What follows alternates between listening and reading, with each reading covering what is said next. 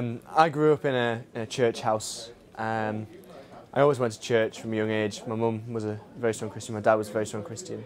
And when I was about 8, my dad decided he wanted to be a minister, he felt called. And I was a bit confused because he enjoyed being a teacher and I enjoyed where I was. And so 2 years later, when he'd finished his training, I had to move, and that confused me. It felt weird that if God was real, why was he taking me out of this place that I felt comfortable with, and why was he thrusting me into some new, unknown area that I wasn't going to be comfortable with, and I was a bit scared.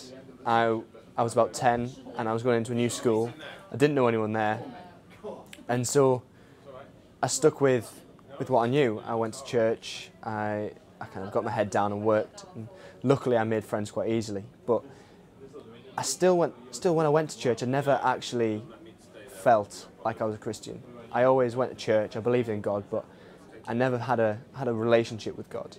And it was about 2 or 3 years ago at ECG where I first felt connected to God. It was the end of the week, and I was worshipping with everyone there, and I just felt all of a sudden suddenly really emotional, and it all came over me, and I couldn't quite explain it.